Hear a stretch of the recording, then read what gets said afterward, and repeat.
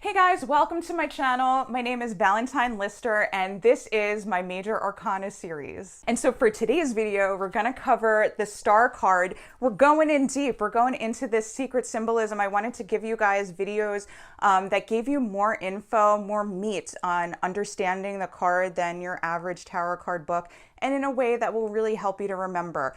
So we're gonna go over, like I said, all of the symbolism, including the astrology of the card, the numerology, and we're also going to go into the upright and the reverse meaning of this card. All right, so I'm going to show you 3 different versions of this card, including the Rider-Waite. So I'm going to turn the camera over to that right now. Okay, the star card. All right, so what do we have going on here? If you haven't been, following my other videos and this is the first time, we have the Rider-Waite version of the star card here. Now, tarot was a playing deck in the 1400s in Italy, started then. So there's been lots of images, lots of decks, but this one was created by Pamela Coleman Smith, the artist, and it was published by publishers Rider and Waite. So it's the most popular, but not the original, okay? So there's many versions and people are still coming out with new ones, like more modern ones. So this on the right is the Light Seers deck. And this is the first deck that I learned from. I love it. I definitely recommend it if you're a beginner. And we're going into this. I did this for when we picked this card for Read Your Tarot Cards right away. So now you'll know like the meaning behind it, right? Up with our reading there.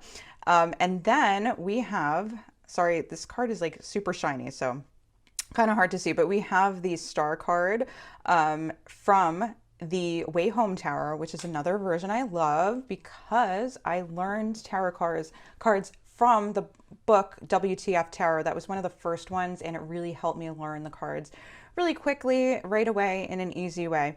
So I put links in the description box below with more information about the decks here and the books that I recommend. Okay, so the numerology of the card, it's getting hard. We're getting up in those Roman numerals, but this is the number 17.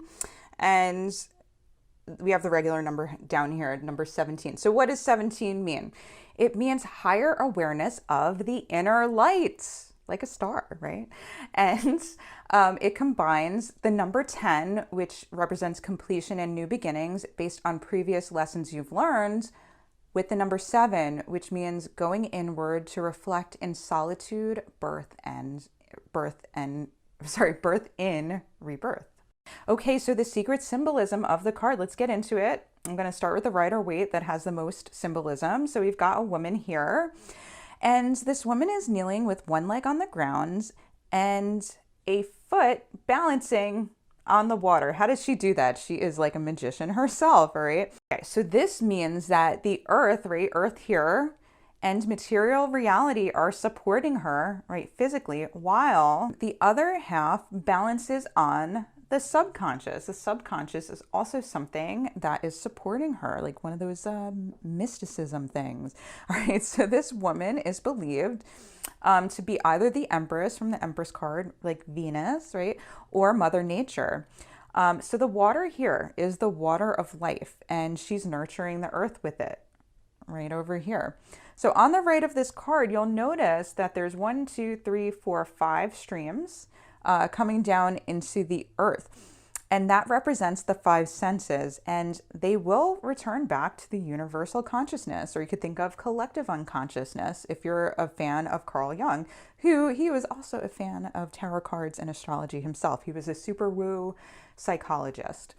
Okay, so this woman is meditating on the pool of this universal consciousness, which vibrates, right? It's vibrating, as you can see, right, with these like circles here, as she pours water back into the pool with the wisdom that she learned from the 5 senses, right? So there is this combination of like our physical reality is balancing with like this hidden consciousness, like the soul, the spirit. There's this like combination of spirit and matter nurturing each other. Okay, so you might have noticed if there's a little bird here, and this little bird in the background is called an ibis, and the Egyptians believed that they were sacred. So they believed that the ibis was an incarnation of the god Thoth. And the ibis symbolizes great wisdom and the ability to work magic. The tree it's on right here represents the mind.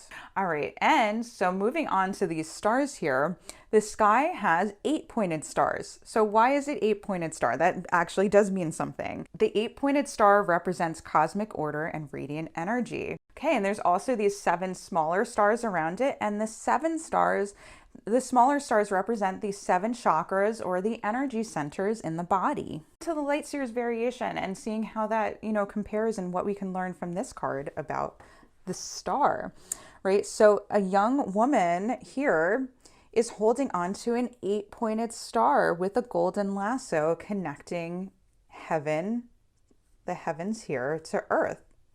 And then on the left here, we have the Way Home Tarot variation.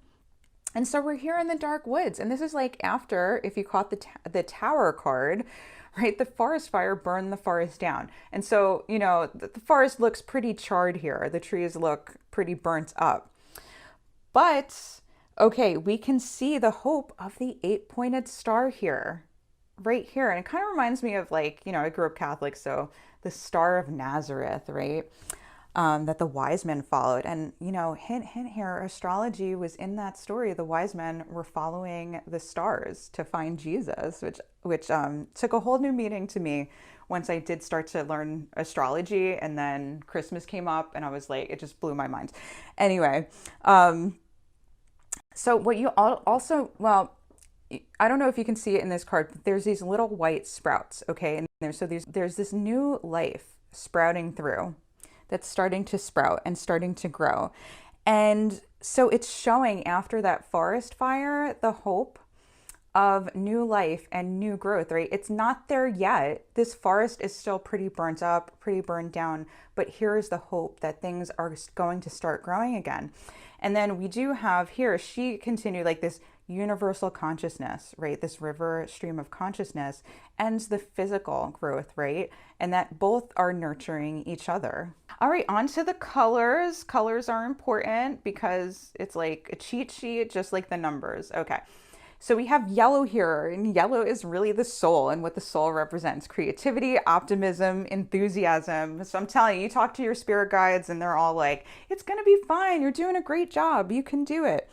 Okay. And then we have blue, like the blue sky here, light blue, and light blue represents compassion, serenity, and mental clarity. Okay. And white, moving on to white, we have white here, white in here. And we also had the yellow there. But white represents purity, wholeness, and protection. We've got these stars protecting us. Pretty cool. All right. And then in this card especially, we have green. So green represents healing, growth, fertility, and prosperity. And then we do have a little bit of red here, kind of reddish tones, reddish pinkish tones, but red represents desire, passion, vitality, and courage.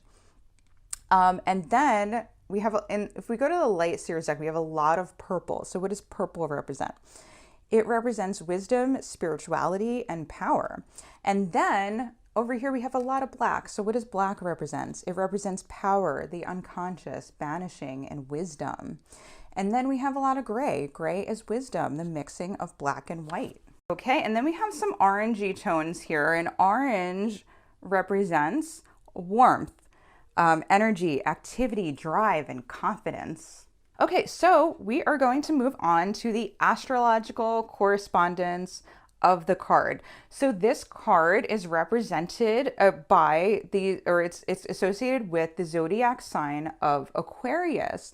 Aquarius is also, he's known as the water bearer, and he's associated with bringing the heavenly waters of wisdom down to the earth and sharing it with humanity, because the water is the water of universal consciousness. So if you look at Aquarius, that is what they're talking about, the water bearer, and he's bringing this wisdom down from the gods to humanity so that they can learn and grow from the higher consciousness. Okay, and I have a little nickname of this card you might know, and it's a really cute guy asked you out. And if you don't understand why I gave this card a nickname, you need to go watch the easiest way to understand the major arcana, because the major arcana is a whole story put together, and there is no way you're going to remember every single detail that I have told you in these cards. So you want a quick way to remember it. And I did make a video on that for you. I'm going to link it up here in a card right here for you to click on, or you can find it down in the description box below. Go check it out. Okay, so moving on to the upright meaning of this card. So it means hope, healing, recovery, rebuilding, a light at the end of the tunnel, right? It's not like everything is not fixed, but it's the first sign that that destruction is over and you're going to start to rebuild. So some examples of that: someone you're attracted to asks you out on a date after a bad breakup or a divorce. Someone helping you out financially after losing your job or having to declare bankruptcy. Or starting to rebuild a home after it being destroyed by a natural disaster. Okay, so the reversed meaning of the card. So if it comes out reversed, it's going to be upside down like this. You don't have to read reversals, but if you do, remember that the energy is there. It's still this meaning, but it's being blocked or avoided. So it gives you a little bit of information about how that energy is coming through.